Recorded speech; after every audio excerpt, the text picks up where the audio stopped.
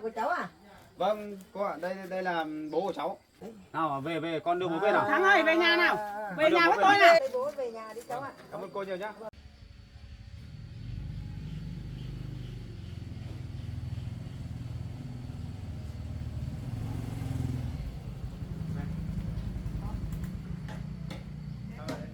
Mẹ ngồi đây nhìn có vẻ buồn thế.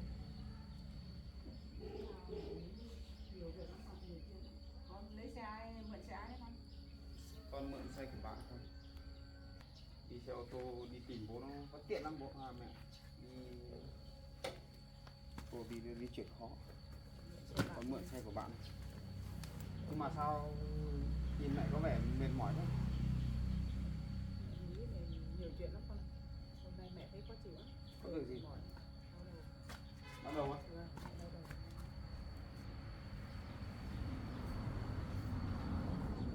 Có đau nhiều không mẹ? Đau thôi.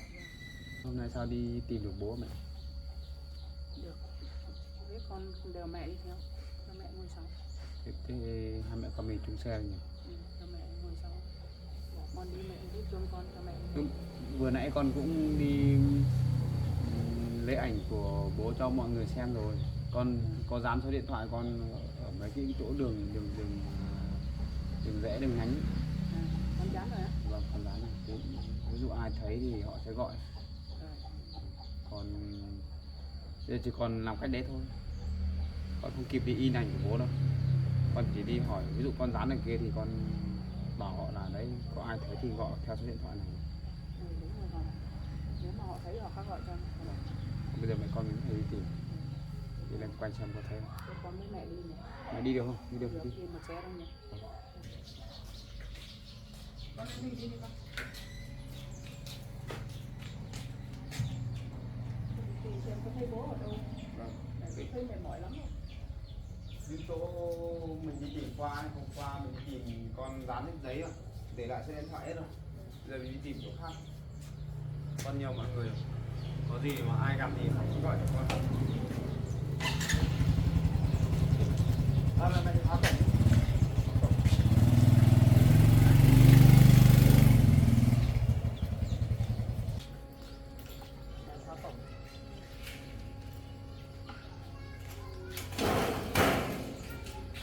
Làm sao là hôm nay tìm thấy bố rồi.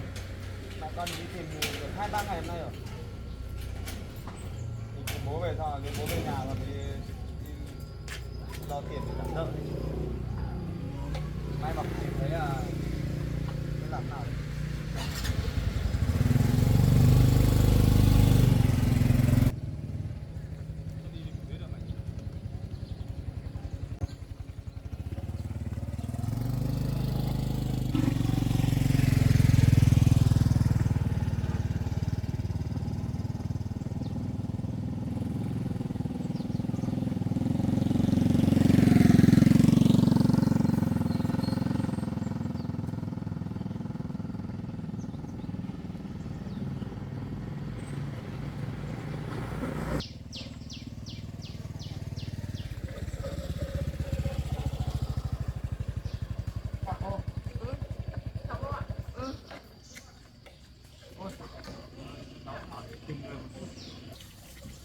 Cháu đang đi tìm bố của cháu ấy.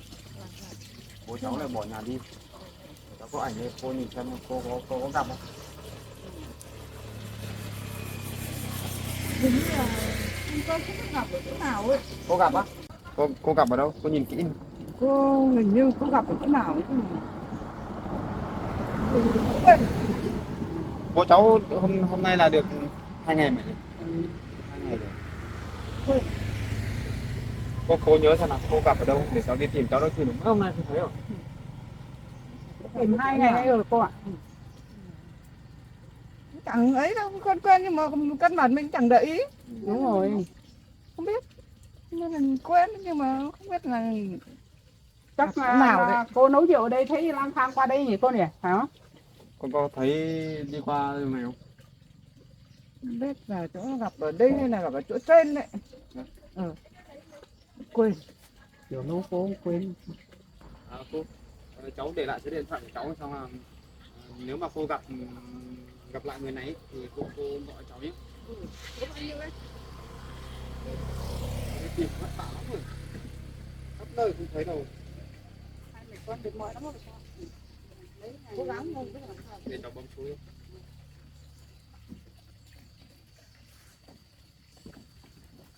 Đây là số của cháu nhé. Có gì cô mà gặp thì cô gọi cháu nhé. Tôi mẹ mình này đi. Cảm ơn cô nhé. Cố gắng giúp hai mẹ con nhé. Chào cô nhé. Chào cô nhé. Giờ hai mẹ con chắc lại phải sang bên kia tìm. Còn bên kia có một thôn mà. Cảm ơn cô nhé. Có gì cô gọi cháu với nhé.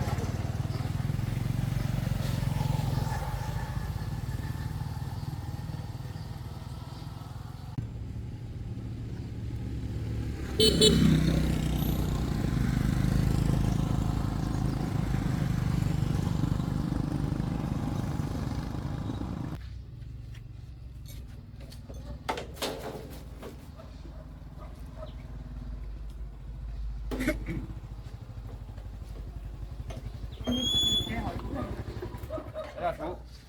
Cháu. Đây. Chú ơi. Chú đang làm việc mà cháu phiền chú một tí. Cháu hỏi người cháu đang tìm người ấy. Thật ra là cháu đang đi tìm bố. Đây người trong hình này là bố cháu ấy. Chú có gặp bố cháu đi làm vặn qua đây không? Có đi loanh quanh khu này không? Chú có gặp không? Không thấy là đâu. Không thấy à? Cháu đi lâu chưa? Bố cháu bỏ nhà đi hôm nay được vào ngày thứ 3 rồi đấy. Hai mẹ con đi tìm. Phải đi chỗ khác chứ mà khu này không thấy, chỗ không thấy qua đây. Không thấy. Đi khu vực khác. Ở đây.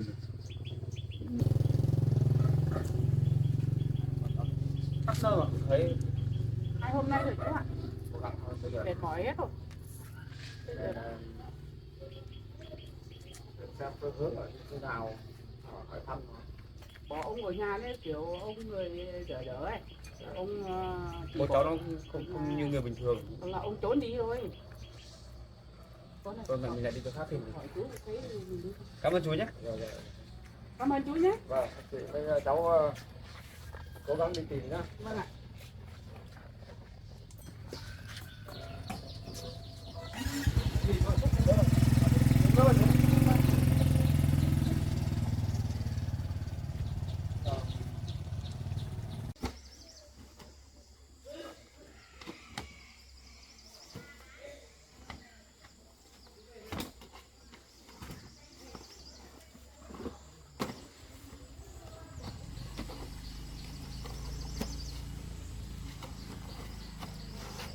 Con thuê chỗ này xong con thuê ở đây nhé, để bà đi vào đây bán.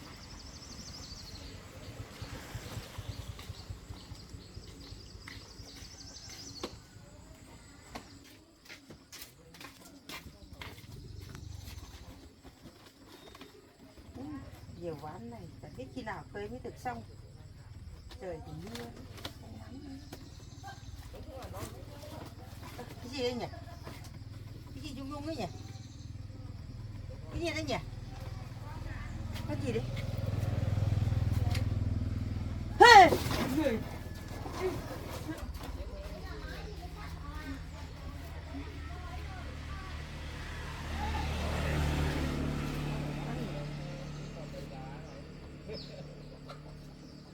Người ở trong đấy nhỉ? Hay là có người ở nhà xem. Cái gì nhỉ? Không ở đây. Ai nhỉ?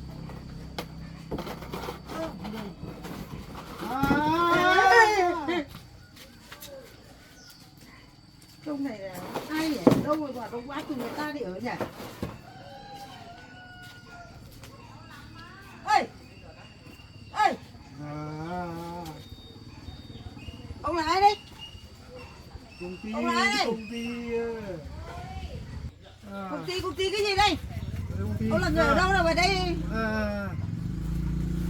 Vào đông quán của người ta đi à? Nằm ở đây à? Đi về đi. Ở đâu đi về đi. Để cho người ta để khoai bán ở nhà nhanh. Đi về đi. Đi dậy. Đi về. Cái ông này kiểu như người không phải bình thường sao ấy. ơi, À. ông ở đây làm gì? Ông đi về đi. Sao vậy nằm ở đông quán người ta đi về đi. Ông đi về. Đói quá. Đói giờ về đây lều bán của người ta lấy cái gì mà ăn? Nhà ông ở đâu? Hả? Công ty. Công ty ở đâu rồi làm gì ở đây? Đói quá. Công ty có phải ở đây công ty đâu. Đây đông quán của nhà tại người ta cái mà đi về đi. Người ở đâu? Hả? Ông là người ở đâu về đây? Chắc là ông này không phải người ở đây đâu. Người ở đâu về bây giờ đói làm nào được rồi. Ông là người ở đâu? Nói cho tôi biết thế nào. Hả? Công ty của tôi. Công ty gì mà ở đây? Công ty của tôi. Chắc không này đói. Không phải người ở đây đâu. Đâu về. Chắc nó cũng đói lắm rồi. Để cái gì thì nó ăn được rồi. Ông là người ở đâu đấy? Hả? Ông là người ở đâu? Các con của ông đâu? Hả? Các con của ông đâu rồi đi đâu rồi? Nhà ông ở đâu? Hả? Bây giờ ông như thế nào? Ông bị bệnh hay như thế nào đấy? Hả? Sao mà ông như thế? Chắc ông này không phải người bình thường. Bây giờ ông dậy đi. Nhà ông ở đâu chỉ xem nào? Ông dậy. Để làm nào được rồi? Lấy cái gì cho ông ăn rồi? Ông này chả biết người ở đâu về. Giờ biết làm nào đây? Chắc ông cũng đói rồi nhưng mà bây giờ lấy vào nhà cũng sợ. Chẳng quen biết ông này là người ở đâu. Ông cứ nằm bẹp ở đây mình không biết làm nào nhỉ? Lều vóc của mình làm đấy chứ. Biết con cái nó ở đâu. Nhà cửa nó ở đâu cứ kêu vào công ty. Đây có công ty đâu. Ông ơi, ông gì ơi? Ông gì ơi? Ông bây giờ như nào? Đói không? Thế tôi đưa ông vào nhà tôi ăn cơm nhá. Đứng dậy em nào, đứng dậy theo tôi đi vào nhà tôi nào. Sợ quá bây giờ làm nào đây? Cho vào nhà cứ sợ. Không bình thường. Dậy đi theo tôi đi vào nhà tôi ăn cơm. Đói lắm không? Hả? Đói không? Hả? Đói thì theo tôi lên vào nhà tôi lấy cơm cho ăn nhanh. Công ty cái gì? Đứng dậy đi theo tôi vào nhà ăn cơm nhanh. Tôi cho ăn cơm. Đi theo tôi đi ăn vào nhà tôi ăn cơm đấy. Đi.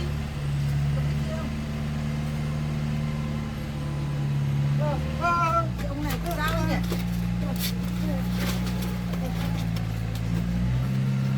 Ông này thì sao nhỉ?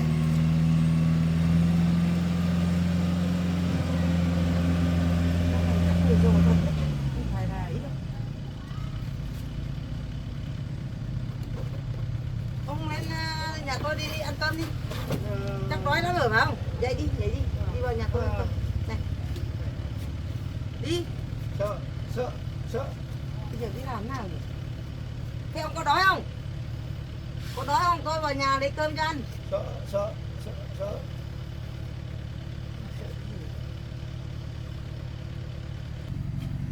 Thế ông không vào nhà tôi thì thôi nhá, tôi lấy cơm về cho ăn nhá. Lấy cơm về cho ông ăn nhá, ông nằm yên ở đây đợi coi nhá. Tôi vào cơm cho ăn đấy.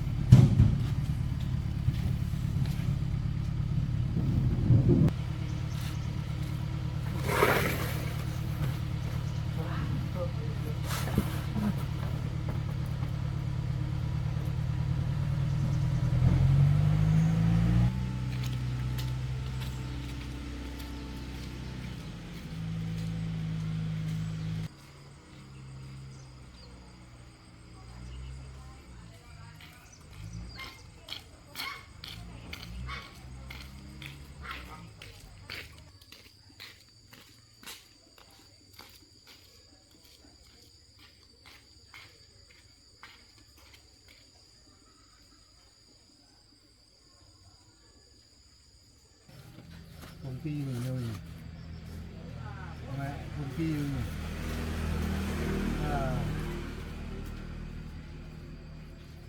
Công ty mình.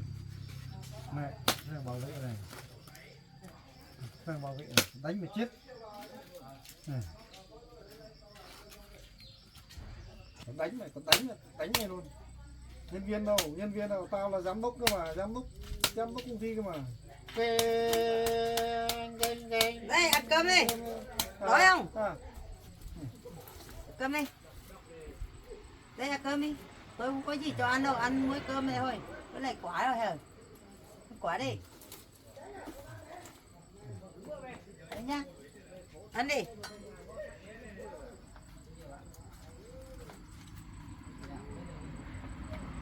Tội nghiệp quá.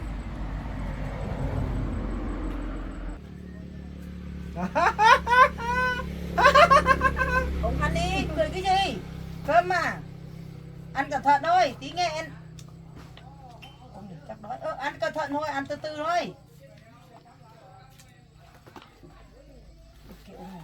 Ăn cơm mà cẩn thận mà. Ngon quá. Ăn đi. Ê, cái ông này. Ăn từ từ thôi. Nghe ăn từ từ thôi.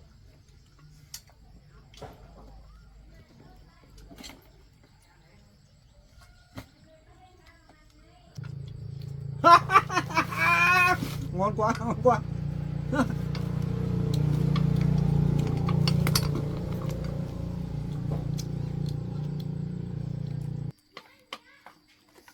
Ăn từ từ thôi, ăn nhiều rồi. Như thế này tí là nghẹn cổ.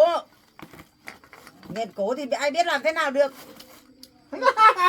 Ông này điên thật. Sợ thật á. Chả biết con cái chúng nó đi đâu mà bỏ bố đi thế này. Tội nghiệp quá. Ông ăn đi, ăn no xong ông đi đâu thì ông đi nhá. Không phải ngồi ở đây đâu nhá.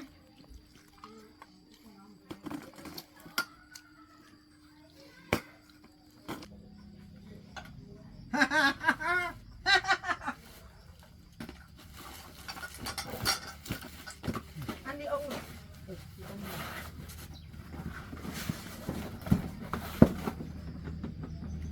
Ông ăn xong ông cũng đi à? Ông ăn xong rồi tôi cho ông ăn xong ông đi chứ. Cái chỗ này bóc của tôi chứ. Ông về đi. Tôi không cho ông ở đây đâu, tôi cho ông ăn rồi ông đi về đi. Đi đâu thì đi đi. Công ty của tôi là Đi. Đi đâu đi. bảo vệ này. Đánh chết thằng Bảo vệ cái gì? Đi. bảo vệ này. Đi, tôi không cho ở đây. Ông về đi. Đi chỗ khác đi. Ông đi chỗ khác đi, chỗ này là phòng của tôi cơ mà. Cái ông này. Tôi cho ông ăn mà ông đi đi. Công ty của tôi. Cái này là lều quán của tôi, có phải là công ty đâu, ông đi đi. Để cái ông này bây giờ làm thế nào được nhỉ? Hôm qua cả ngày trời mưa mình không ra phơi ván hay ra là nó về cùng quá hay sao rồi ấy. Bây giờ làm thế nào được nhỉ? Nó cứ ở đây mái mình làm sao phơi được ván nhỉ? Đi không đi ăn, không có gì ăn.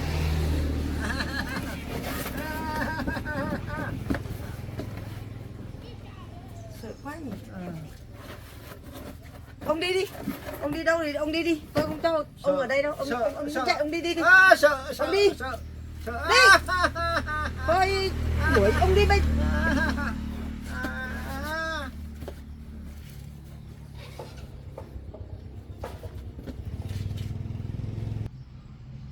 Bây giờ biết làm thế nào nhỉ? Ông này bây giờ lôi đi nó không đi thì phải nó đâu. Ngồi đi không phải nói gì.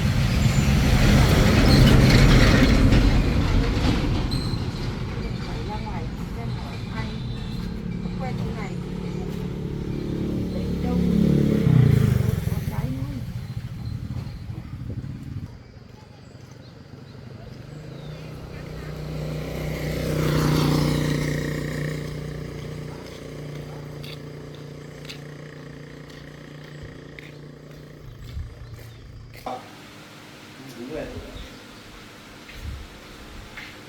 Mệt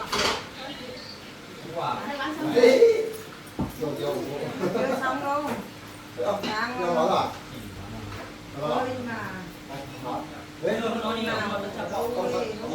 Ông đã lấy chụp gì không nhỉ? Người điên nào? Tôi làm gì có người điên chị? Tôi biết không, bây giờ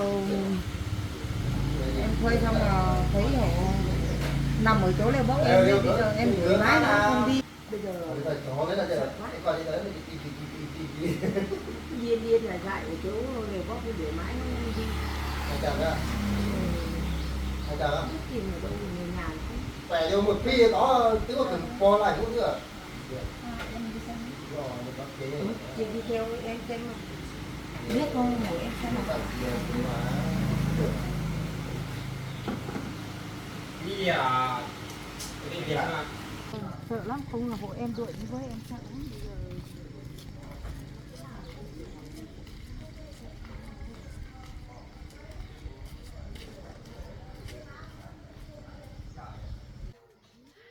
Bây giờ đây, về đây xem này.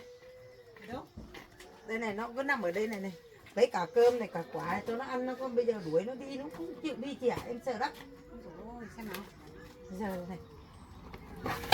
Ôi. Sợ quá cái này.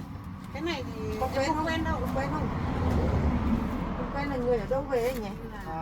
không quen đâu, không quen đâu chị ạ. Ai đây nhỉ? Bây giờ biết làm thế nào được nhỉ? Chỉ hộ em nuôi nó ra. Nó đi với. Đi đi. Đi đâu đi nhỉ? Đi đâu Đi. bây giờ? Không cho ở đây đâu, tôi không thuê được bán đâu. Hay là để em xem gọi xem có ai gọi số điện thoại mình đón ông đi. Lắm bây giờ không biết làm thế nào.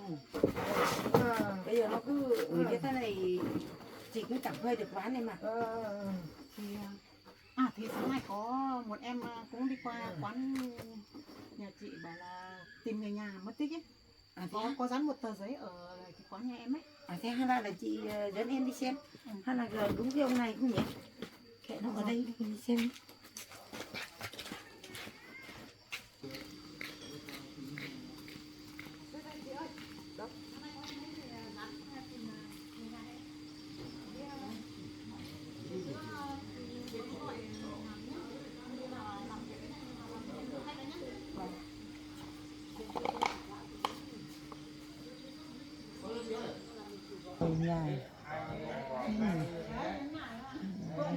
Nhà đàn ông trung niên mặc áo nâu, chỗ này cũng mặc áo nâu này, cao 1m62 nhỉ? Đúng, ông này thật đấy, ông này cũng mặc áo nâu. Hiện tại bị thần kinh không ổn định gặp ai gặp người như cái gì là liên hệ vào số điện thoại. Cảm ơn này, số điện thoại con trai tìm mình gọi số gọi là 03800.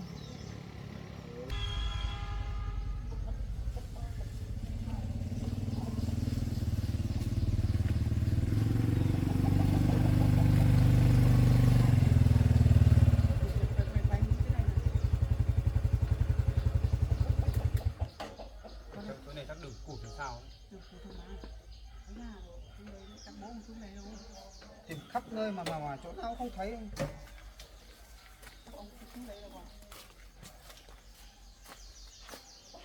Quá mệt này.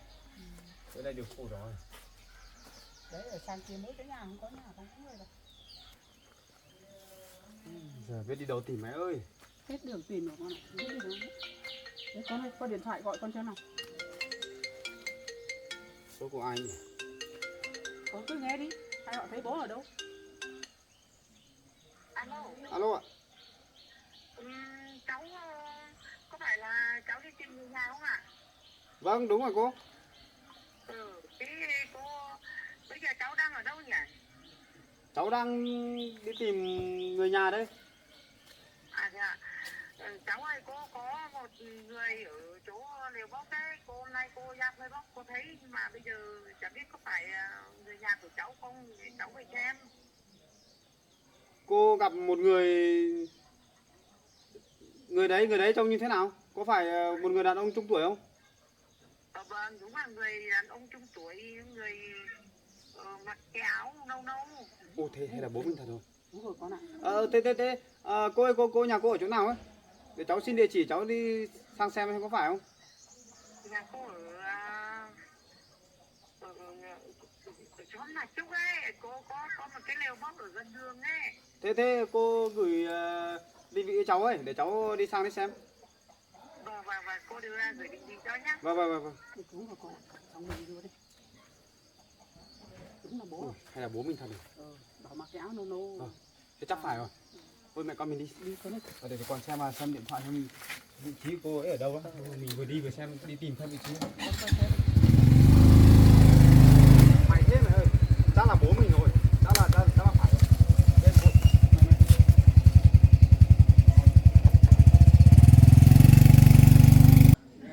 Mong sao phải về nhà của cái ông cháu này này. Bây giờ không biết làm thế nào. Để xem cái này tí cháu nó đấy về tỉ không thấy đâu. Mà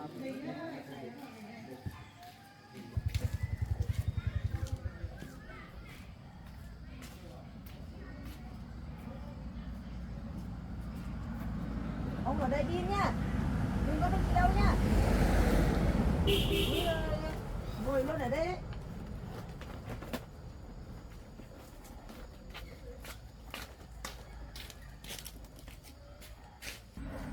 Thôi công ty mình nhiều hàng quá. Ô, công ty mình to quá, nhiều hàng này, nó làm công ty này. Rồi lúc nữa mình sẽ chốt đơn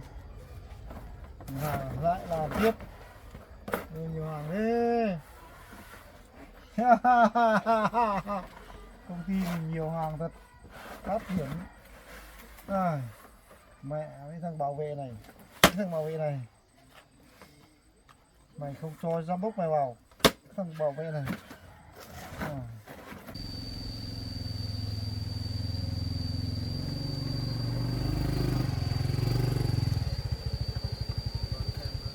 Cái vị trí mà cô đi.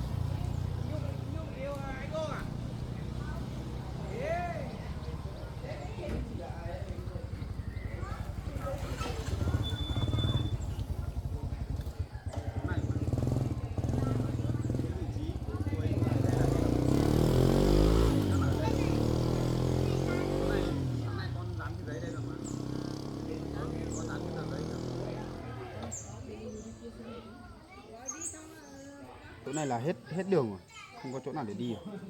Bản đồ nó chỉ đến đây thôi mẹ. Hay là đi hỏi xem đấy có ai Con này, không? có một bà Facebook kia con vào hỏi không? Đi vào hỏi bác ấy. Để con đi hỏi xem.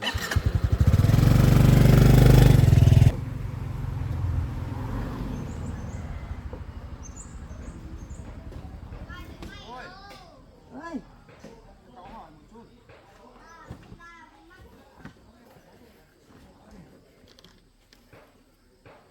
Cô đang phơi bắp à? vâng, cô đang Facebook à chị? Cô cho cháu hỏi đi làm. Lúc nãy là cháu có một cô gọi cháu bảo là có một người bị đi lạc vào đây ở đây. Vâng. Cái người đấy là bảo là bị điên bị khùng ấy. Vâng. Cô có gặp không? Có, bây giờ đang ở lều bác cô đây này.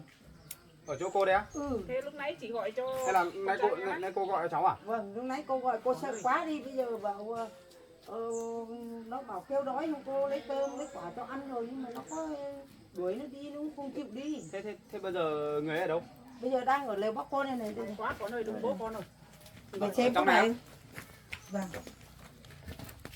Đây, bây giờ cháu vào xem này. Giữ ở đây này. Ở đâu? Ở đây này này. Cháu nào? Nó có rung rung ở đây này. Bảo đi đâu nó cũng không chịu đi. Con xem là có phải bố không? Em mà con, có phải bố con không? Đấy. Ô, bố mà. Bố ơi, Ông Thắng. bố ơi. Đây là người nhà của cháu à? Vâng, cô ạ, đây là bố của cháu. À thế á? Trời ơi, bố ơi. Cô em sợ sắp chết rồi. Mẹ cầm áo cho con. Mặt tái tím hết rồi con ạ. Bố ơi, Bảo bố ơi.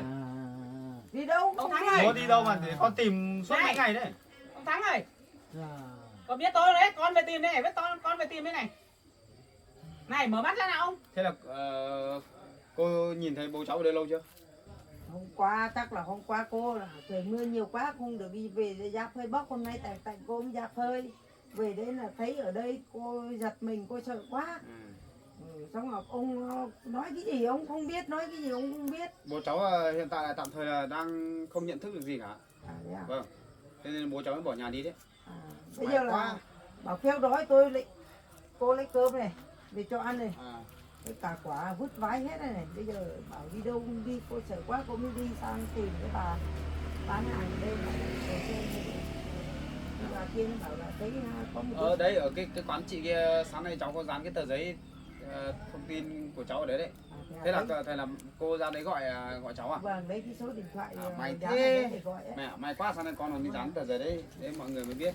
Không Cảm ơn cô nhiều nhá. Vâng. Bố ơi. Cảm ơn chị nhé. Nào về con đưa bố về nào. Thắng ơi, về nhà nào. Về nhà với bố tôi về nào. đi. Bố cháu ăn được ít cơm Này nào. này, về nhà với Ăn tôi. được mấy miếng ở đây kiểu nhưng mà vái hết đây này cháu. Con này, con lấy cái nón cho con. Cái nón thôi không lấy nữa. Không lấy nữa. Nào để con đưa bố về nào. Nào, về nhà. Nào, ra đây. Rồi ơi. Con đưa bố về nào. Sao bố đi kiểu gì mà đi được xa thế? May quá đó là nhà của cháu. Không tí cái gì. Bố của cháu ấy. Con lấy cơm cho ăn. Không cứ được kêu đói này sơ à. Thế mà sáng nay sáng sớm cháu đi qua đây đâu dán giấy, thế mà không biết bố ở đây đâu. Cảm ơn chị đấy. Vâng. Chị không Cô cũng muộn, cô cũng ra phơi bóc thế mà. À. Ra là hôm qua là trời mưa, cô cũng được phơi đâu, hôm nay cô mới bảo ra phơi bóc. Cảm ơn cô nhiều nhá. Vâng. May quá. Cô gặp được bố cháu ở đây, gọi cháu. Cứ lấy bố về nhà đi cháu ạ. Cảm ơn cô nhiều nhá. Có gì bây giờ cháu đưa bố cháu về xong là ổn định, xong là cháu liên hệ với cô, cháu hỗ trợ cô sau. Vâng, cô cháu cứ đưa bố về đấy nhá. Vâng, cảm ơn cô nhiều nhá. Cảm ơn chị nhé. Vâng. Đi đâu? Đi về nhà, còn đi đâu? Vâng. Đi về nhà. Đi đâu? Cháu chào cô nhá. Cảm ơn cô nhiều nhá. Đi về nhà làm hoa. Đi về nhá. Vâng. Nào, Ông đi lên xe. bố cẩn thận nhá con cháu nhá. Vâng, cảm ơn cô nhiều nhá. Đi xe về nhà. Về nhà nhé. Đi đâu? Đi đâu? Tôi với con lấy ông về nhà đây. Đưa bố về nhà đó. Khổ thân. Đúng là Đưa đi công ty thôi. công ty cái gì? Thì bố vất thật đấy. Cảm ơn cô nhiều nhá. Vâng, Thân nào, bố đưa lên xe. nhà. Đi công ty thôi. Công ty cái gì? Đúng Công là ty. lần này về nhà phải trông nom bố cẩn thận đấy. Con này. Mẹ giữ. Cháu về cô ơi. Cảm ơn cô nhá. Về nhé chị nhé. Bố ngồi im nhá. Bố ngồi im à? Ngồi yên, không được ngã đấy.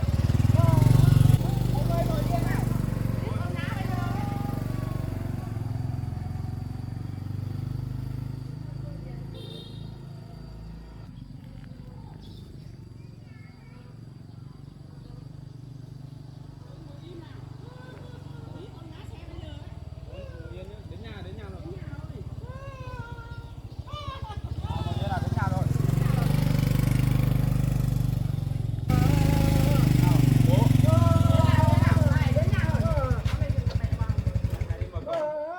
Ngồi yên nhá, tôi mở cổng ấy. Không xe. Xe vào nhà đi. Bố làm sao nhỉ? Đi vào nhà, nóng lắm rồi. Vào nhà. Sợ cái gì? Vào nhà đi. sợ. Vào nhà, sợ cái gì? Công ty của tôi đó. Cái gì? Nào, đến nhà thì vào nhà, đây nhà vậy đấy. Công ty cái gì? Nào, Vào nhà. ngồi. Công ty à? Công ty. Nào, bố ngồi đây. Ngồi đây cho nó mát. Ngồi đây. Cuối cùng cũng về nhà. Quá. Ông ngồi yên đây nhá, tôi để mũ đấy.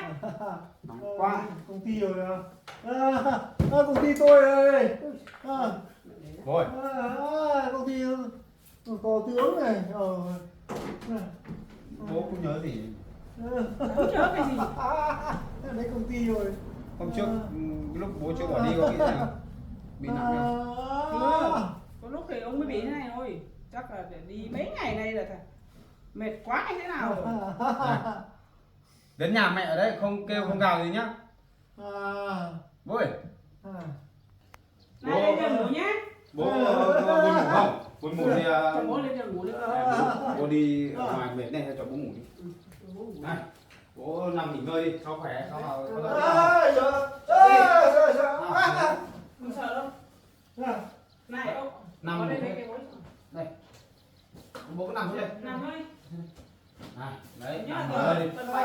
bật bài cho mát nha. Này ngủ đi. Này, ngủ đi nhá. Nằm yên đấy nhá.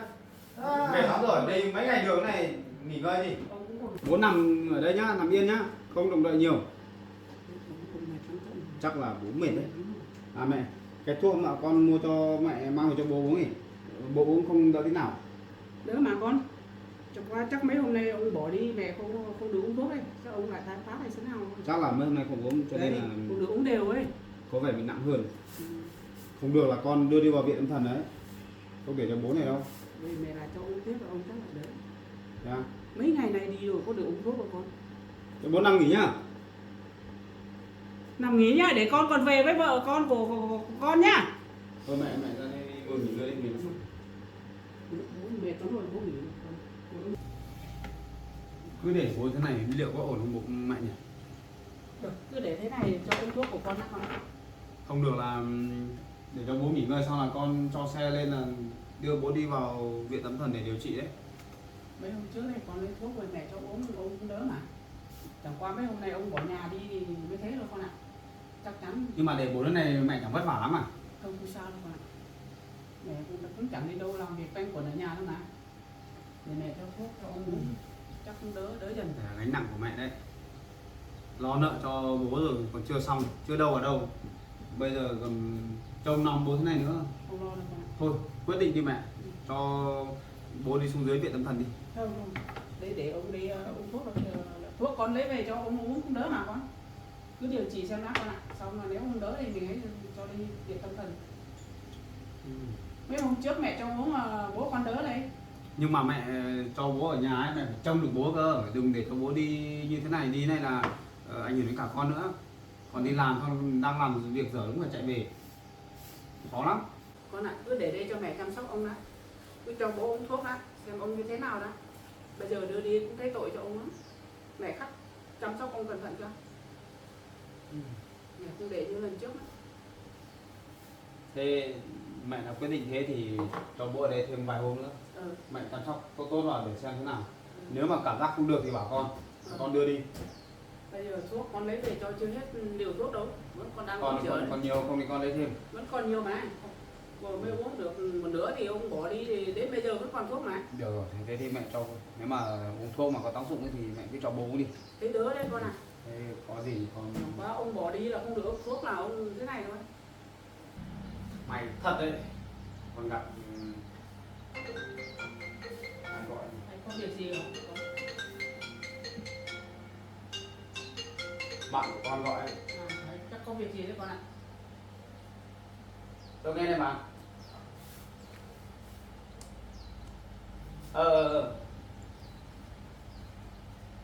Mang xe đi bạn nào đâu?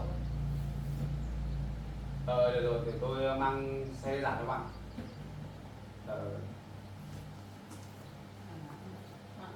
Bạn con hỏi bảo lấy xe đi cho bạn đi đâu? Sáng nay con mời xe của bạn nhé. Vâng. Con để xe ô tô chỗ bạn đi. À, Vâng, bây giờ con lấy xe giả. tôi lấy xe cho bạn con. Tí nữa con cũng đi xuống cái chỗ cái cô kia, cô nãy gặp bố đấy. Con xuống cảm ơn cô đấy. Hôm nãy cảm ơn hơi vội đi. Vâng, mình phải cảm ơn họ đấy. Cũng không phải, bây giờ phải đi xong nói chuyện thôi. Vâng, có bạn đấy chắc mình cũng không tìm thấy con bố con đâu con ạ. Đấy. Mà qua cô đấy tốt còn gọi cho mình đấy. Bây giờ mẹ cứ trông bố cẩn thận rồi nhé. Đừng cho bố đi ra ngoài nhá. Nhá, bây giờ con phải đi giả xe cho bạn xong rồi con đi vào chỗ nhà của cô kia để cảm ơn cô đấy. Áo lên mũ này con. Mũi quả cát gửi biếu cho cô đấy. Mày quá cô nhìn thấy mẹ thấy bố ở đấy thì mẹ coi để tìm không biết bao giờ mới thấy. Cảm ơn cô ấy con ạ. Vâng. Nhá, mẹ nhá, xem mà thì bố dậy bố mà đói thì lấy cơm nước cho bố ăn bố nhá. Được rồi, mẹ khắc chăm cho. Nhớ là đóng cổng trông bố cẩn thận nhá. Con đi đây. Vâng, thế con đi đưa xe cho bạn nhé con nhé. Vâng. Con đi em ơi. Con ơi, con đi cẩn thận nhé. Vâng. May quá tìm thấy bố rồi, bây giờ con đỡ lo rồi. Để mà con tập trung đi làm vậy. Vâng. Mệt với bố quá. Con về nhé con nhé. Vâng, con đi đây mẹ ơi. Có gì bố mà có vấn đề gì mẹ cứ gọi cho con nhé. Mẹ cứ gọi cho. Vâng vâng.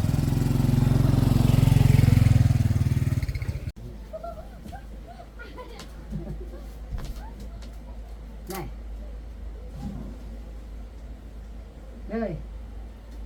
Hôm nay mẹ không đi làm nữa, nhà dán tranh cho em nha. Nhà cho mẹ dán tranh cho em học nha.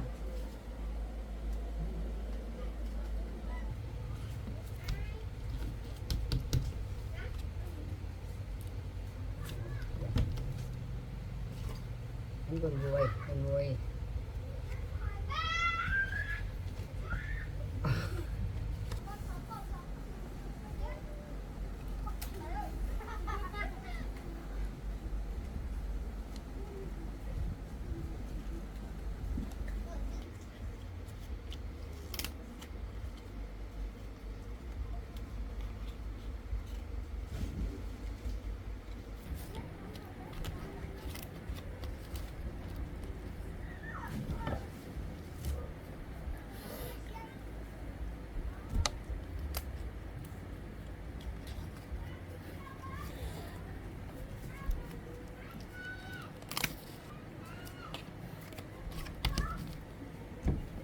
Mẹ biết hôm nay mẹ biết là ở nhà có thời gian để làm với bé đánh tranh cho bé chơi.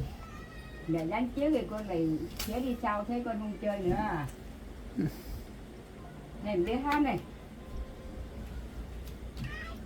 Bà ơi bà cháu yêu bà lắm, tóc bà trắng là trắng như mây, ngỏ tay bé bà cho nắm bàn tay. Khi cháu vâng lời cháu biết bà vui. Con cò bé bé nó đầu cành tre, đi không hỏi mẹ biết đi đường nào. Khi đi em hỏi, khi về em chào, miệng em chum chim mẹ có yêu không nào. Ngồi đây. Dán dầu á.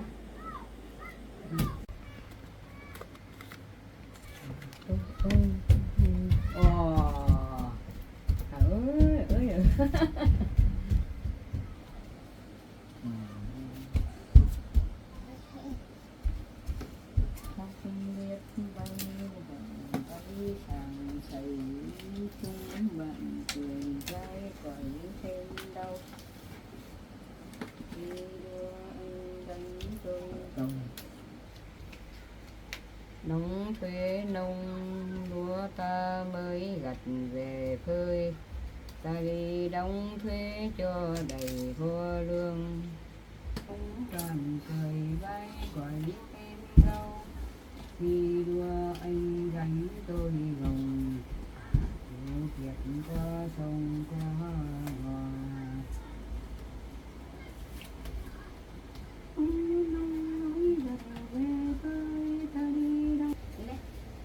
Đến một hai đi.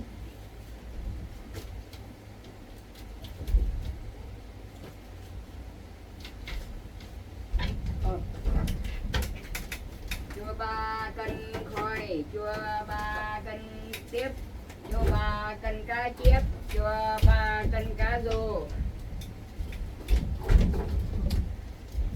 chua 3 cân cá mè, chua 3 cân cá diếp, chua 3 cân cá mè, chua 3 cân chả, chua ấm nấu nước, chua 3 cân vàng, chua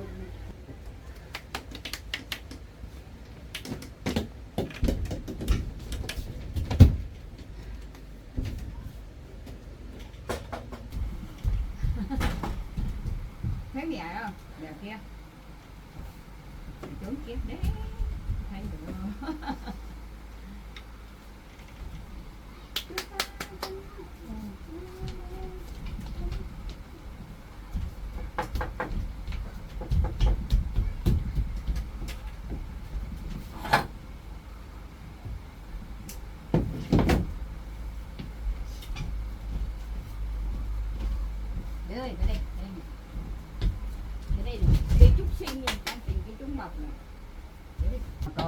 chợ trời mưa, cái tôm cái tép đi sau lưng bà, tiền bà trong túi rơi ra, tôm tép nhận được giá bà mua rau.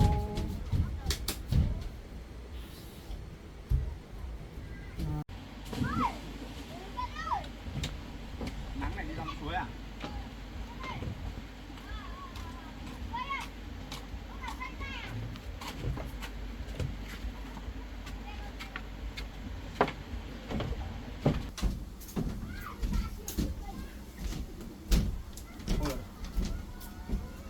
Bà cháu làm gì đấy?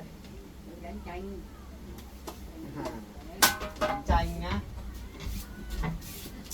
Nói thật, thật là xe. Hôm nay em có nghe lời anh không? Ở nhà hay đi làm? Ở nhà có gì? Đấy, hôm nay ở nhà nhé. Em đi làm nhiều rồi. Sao đây, cho mẹ dán đây cho con nhìn vào này. Dán đây. Xé là bố dán đây thì bố chỉ cho em học mà. Con gấu trúc. Dán đây. Quả cà chua. Không xé đi nhá. Xé đi mai bố dán trên cao nhá. Dán ở đây là sẽ em lấy được. Nè. Còn nhiều lắm. Anh bảo là anh dán vào cái tường này để cho em bé nó học nhưng mà không thời gian. Xé dán ở thấp hay xé đúng không? Thế thì mai tí nữa bố dán lên cao nhá. Lên cao nha. Bố bế xong bố bế cho em cầm cây em chỉ nhá, cầm cây em chỉ nhá này. Đấy à? Con cá ngừ. Đây. Mà bố dán cho. Con cua. Đây con cua này. Con cua. Bế một tí nào, cứng quá.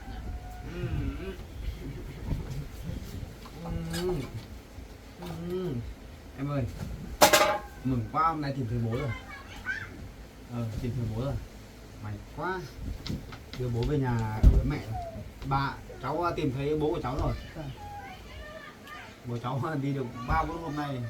May quá hôm nay tìm được. Bây giờ bố cháu khỏi rồi. Không khỏi đâu bà, vẫn như trước rồi.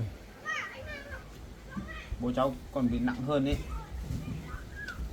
Sao cháu không đưa bố đi bệnh viện tâm thần? Cháu bảo mẹ rồi mà đưa bố đi nhưng mà mẹ lại bảo là cho bố ở đấy thêm 1-2 ngày đến 3 ngày nữa để xem thế nào, đưa đi sau cũng được ở đấy. Không phải đưa bố ra đấy thì cũng thế tội cho bố. Ở ngoài đấy toàn cái người nó không bình thường, toàn những người điên, người mất ý thức ấy. Cho bố đi thì cũng ngại lắm. Giờ còn là đang thu xếp tiền để trả nợ cho bố nữa. 7 hôm nay ngân hàng cũng không làm việc. Mẹ cháu cũng vừa mới cháu đi tìm thấy bố ấy, cũng chưa vay được ngân hàng đâu. Chắc thứ hai mới làm được bà. Thứ hai là đúng cái hôm mà cái hạn 3 ngày mà ông anh chủ nợ kia nó hẹn chứ. Không biết là xử lý kiểu gì, không biết là khất thêm 1-2 ngày có được không. Cháu bố như thế thì không được tìm sớm thì cháu không cứ trao đổi với cháu chủ nợ ngay. Sớm muộn thì mình cũng vẫn phải trả, chẳng qua là mình bây giờ đi vay ngân hàng thì cũng phải có thời gian chứ cũng phải là vay phát là được luôn đâu. Nó nhiều thủ tục lòng hoàng lắm. Vay một lúc nhiều thế này ngân hàng mà cứ chưa không cứ gì thế chắc đấy. Có, mẹ lấy cái sổ Việt đỏ của mẹ ra thế chấp rồi. Bởi vì họ cũng định mức được cái giá trị của cái tài sản của mẹ mang đi thế chấp ấy. Thoải mái thôi. Với sổ đũa có tài sản thì thế chấp còn được, ta sợ nhiều quá không thế chấp được thì Không, nếu mà mẹ cháu đi vay không được thì cháu vay một phần qua lương được. Sao đấy?